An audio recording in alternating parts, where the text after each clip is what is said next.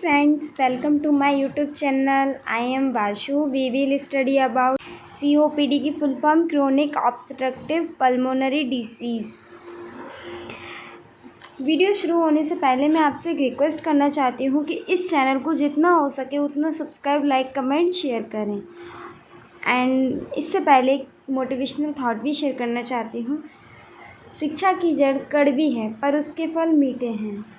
मतलब पहले ज़रूर मेहनत करनी पड़ती है, एंड में उसका रिज़ल्ट बहुत अच्छा ही आता है। शिक्षा का रिज़ल्ट बहुत अच्छा ही आता है। मतलब हम अगर मेहनत करेंगे तो हमारा रिज़ल्ट हमको पॉजिटिव ही मिलेगा।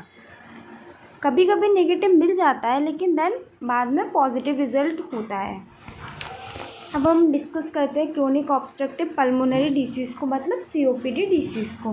ब्रोंकाइटिस क्या है? सबसे first, chronic obstructive pulmonary disease क्या है अपन को जब पता ही नहीं है। Chronic obstructive pulmonary disease, chronic यानी लंबे समय तक चलने वाली प्रॉब्लम, ऑब्स्ट्रक्टिव यानी रुकावट, पल्मोनरी यानी रिलेटेड है लंग्स से, डिसीज़ यानी बीमारी।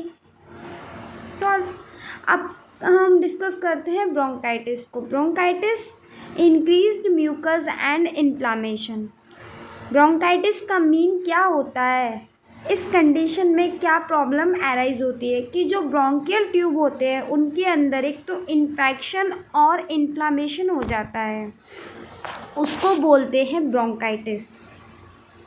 दैन सेकंड डिस्कस करते हैं emphysema, destruction and enlargement of air spaces. और एम्फाइसेमा किसको बोलते हैं? जो एल्विलाई होते हैं या एल्विलर सैक होते हैं उनका डिस्ट्रक्शन होने लग जाता है। सो ये दोनों कंडीशन मिलकर ग्रुप में जो कंडीशन जो कंट्रीब्यूट कर रही हैं उसको बोलते हैं COPD। डेफिनेशन डिस्कस करते हैं COPD की। A group of lung disease that block air flow and make it difficult to breathe. जैसा कि यहाँ पर लिखा हुआ है, यानी कि COPD एक ऐसी कंडीशन होती है या एक ऐसा ग्रुप होता है लंग डिसीज़ का। कौन सी डिसीज़ का? लंग डिसीज़ का। एक तो ब्रोंकाइटिस और एक एम्फाइसेमा, इन दोनों कंडीशन का ग्रुप होता है जिसमें एक तो एयर फ्लो ब्लॉक हो जाता है, दूसरा पर्सन को ब्रीथिंग या सांस लेने में प्रॉब्लम होती है। लाइक ब्रोंकाइटिस में क्या हो रहा है या इन्फ्लामेशन हो रहा है। ब्रोंकाइटिस में हो रहा है या तो इन्फ्लामेशन ब्रोंकियल ट्यूब्स में। कहाँ हो रहा है? ब्रोंकियल ट्यूब्स में, जिस वजह से ब्रोंकियल ट्यूब नैरो हो रही और जो गैस एक्सचेंज है वो नॉर्मली नहीं हो पा रहा। और एम्फाइसेमा में क्या होता है? जो एल्विलाई होते हैं वो डैमेज हो जाते हैं। एल्विलाई का काम क्या होता है? ब्लड और लंग्स के बीच गैस एक्सचेंज करना। अगर एल्विलाई डैमेज हो जाएंगे तो बॉडी को प्रॉपरली ऑक्सीजन नहीं मिल पाएगी। तो यहाँ पर दो कंडीशन हो गई। पहला तो पर्सन को नॉर्मली ऑक्सीजन नहीं मिल पा रही है बॉडी में, दूसरा जो एयर फ्लो ऑब्स्ट्रक्ट हो रखा है, ये दोनों कंडीशन हो रही हैं। तो ये COPD क्या होता है? एक ग्रुप ऑफ लंग डिसीज़ होती हैं जिसके अंदर एक तो पर्सन को का एयर फ्लो ब्लॉक हो जाता है, दूसरा पर्सन को सांस लेने में प्रॉब्लम होती है। हैं डेफिनेशन ऑफ COPD। जैसा कि मैंने आपको बताया, COPD एक क्रोनिक इन्फ्लामेटरी लंग डिसीज़ है जिसकी वजह से एयर फ्लो ब्लॉक हो जाता है या ऑब्स्ट्रक्ट हो जाता है। कहाँ पर? लंग्स में। ओके, अब इसमें जो सिम्टम्स या लक्षण देखने को मिलते हैं वो कौन से होते हैं? जो ब्रोंकाइटिस और एम्फाइसेमा में देखने को मिलते हैं, लाइक ब्रीथिंग डिफ़िकल्टी या एक्सेसिव म्यूकस या कफ का प्रोडक्शन या वीजिंग साउंड देखने को मिलता है। वीजिंग साउंड क्या होता है? जो सीटी जैसी आवाज़ आती है उसको बोलते हैं। जो एयरवे होता है उसमें जो ऑब्स्ट्रक्शन होता है, तो जब भी पर्सन सांस लेता है उसमें इंस्पायरेशन और एक्सपायरेशन करता है तो उस टाइम एक साउंड प्रोड्यूस होता है, उसे बोलते हैं वीजिंग साउंड। ओके, और क्या सिम्टम देखने को मिलेंगे? Fever, chest pain, weight loss, dyspnoea, cyanosis. तो ये सिम्टम COPD में देखने को मिलेंगे। जैसा कि मैंने आपको बताया है कि ब्रोंकाइटिस और एम्फाइसेमा दोनों मिलकर कंट्रीब्यूट करते हैं COPD को। आपको क्लियर हो गया COPD क्या होती है, एक ऐसी ग्रुप ऑफ डिसीज़ होती है जिसमें एक तो एयर फ्लो ब्लॉक हो जाता है और दूसरा पर्सन को ब्रीथिंग डिफ़िकल्टी होती है। और इसमें कौन कौन सी कंडीशन कंट्रीब्यूट करती हैं एम्फाइसेमा एंड ब्रोंकाइटिस में। अब हम डिस्कस करते हैं कॉजेज़ क्या होते हैं इसमें। एम्फाइसेमा, क्रोनिक ब्रोंकाइटिस मतलब लंबे समय तक चलने वाली ब्रोंकाइटिस। थर्ड है सिगरेट स्मोकिंग, यानी पर्सन कोई स्मोकिंग करता है उसमें भी ये कंडीशन अराइज हो सकती है। फोर्थ है other irritants like dust and fumes. Other irritants यानी कि कुछ ऐसे इरिटेंट जो म्यूकस मेम्ब्रेन को इरिटेट कर रहे हैं, लाइक डस्ट एंड फ्यूम्स। इस तरह के इरिटेंट्स वो भी COPD को कॉज कर सकते हैं। Alpha antitrypsin deficiency.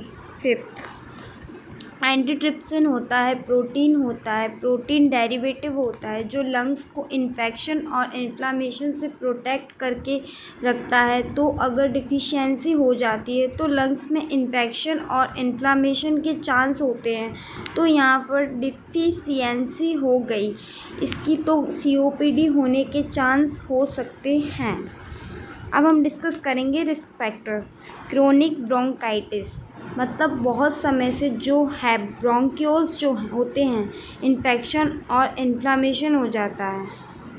Chronic bronchitis में ब्रोंक्यूल्स होते हैं उनमें इन्फेक्शन और इन्फ्लामेशन हो जाता है। क्रोनिक अस्थमा में सांस लेने में जो दिक्कत होती है, सांस जो फूल जाती है, मतलब जो सांस फूल जाती है उसको क्रोनिक अस्थमा बोलते हैं। स्मोकिंग से पॉल्यूशन से और emphysema lungs are damage and enlarge breathlessness. अब हम डिस्कस करते हैं एम्फाइसेमा को डिस्कस करना है। एम्फाइसेमा मतलब ब्रीथलेसनेस मतलब उसमें हमारे लंग्स हैं जो डैमेज हो जाते हैं, इनलार्ज हो जाते हैं, एम्फाइसेमा में ही रहता है। अब हम डिस्कस करते हैं क्लिनिकल मैनिफेस्टेशन को। फर्स्ट है शॉर्टनेस ऑफ ब्रेथ यानी शॉर्ट हो जाती है ब्रीथ, व्हीजिंग साउंड, सीटी जैसी आवाज़ आना, चेस्ट में टाइटनेस होना और साइनोसिस, स्किन का कलर चेंज हो जाता है जब ऑक्सीजन नहीं मिल पाएगी तो। हेडेक होने लगेगा, पल्मोनरी हाइपरटेंशन होगा, हीमोटाइसिस होगा, ब्लड मिक्स्ड स्प्यूटम में ब्लड मिक्स हो जाएगा। हीमोटाइसिस होगा तो स्प्यूटम में ब्लड आने लगता है। हीमोटाइसिस में प्रोलॉन्ग एस्पिरेशन हो जाएगा, एस्पायरेशन बहुत लंबे समय में सांस आती है, मतलब कभी भी सांस चली जाती है फिर बहुत टाइम में आती है वही। अब हम डिस्कस करते हैं pathophysiology. Due to etiological factor, infection और अदर रिस्क फैक्टर, मतलब इन्फेक्शन और अदर कोई भी रिस्क फैक्टर्स हो सकते हैं। इन्फ्लामेशन सेकंड है, inflammation occur in bronchial tubes bronchitis. सबसे पहले ब्रोंकियल ट्यूब्स अफेक्ट होती हैं, उनमें इन्फ्लामेशन की कंडीशन अराइज होती है जैसे ही ब्रोंकियल ट्यूब्स में इन्फ्लामेशन जैसे ब्रोंकियल ट्यूब्स में इन्फ्लामेशन होगा तो दो कंडीशन देखने को मिलेंगी। Third, increase mucus secretion. एक तो म्यूकस सीक्रेशन इंक्रीज हो जाएगा। फोर्थ डिस्कस करेंगे swelling and excessive mucus block the bronchial tubes. दूसरा, स्वेलिंग हो जाएगी, इस वजह से क्या रिजल्ट होगा, जो ब्रोंकियल ट्यूब्स हैं जो ब्लॉक हो जाएंगी या ऑब्स्ट्रक्ट हो जाएगी ब्रोंकियल ट्यूब्स। जैसे कि मैंने आपको बताया COPD में एक तो एयरवे ब्लॉक हो जाता है, दूसरा गैस एक्सचेंज नहीं हो पा रहा है। तो यहाँ पर ब्रोंकाइटिस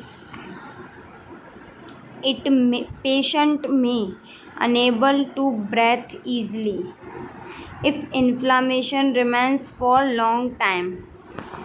नेक्स्ट, अब क्या होगा कि जो ब्रोंकाइटिस है इसकी वजह से क्या रिज़ल्ट देखने को मिलेगा।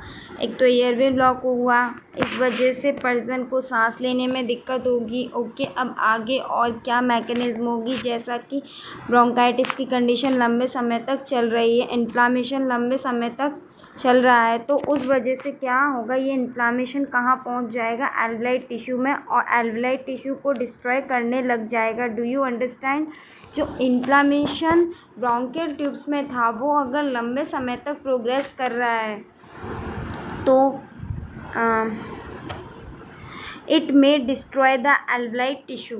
मतलब क्या करेगा, उसके बाद क्या होगा, एल्वुलाई टिश्यू भी डैमेज होने लग जाएंगे, और एल्वुलाई टिश्यू होंगे तो कौन सी कंडीशन अराइज होगी, एम्फाइसेमा। और इस तरह से ये दोनों कंडीशन मिलकर कौन सी कंडीशन कंट्रीब्यूट करती हैं, COPD। ब्रोंकाइटिस और एम्फाइसेमा मिलकर COPD को कंट्रीब्यूट करती है।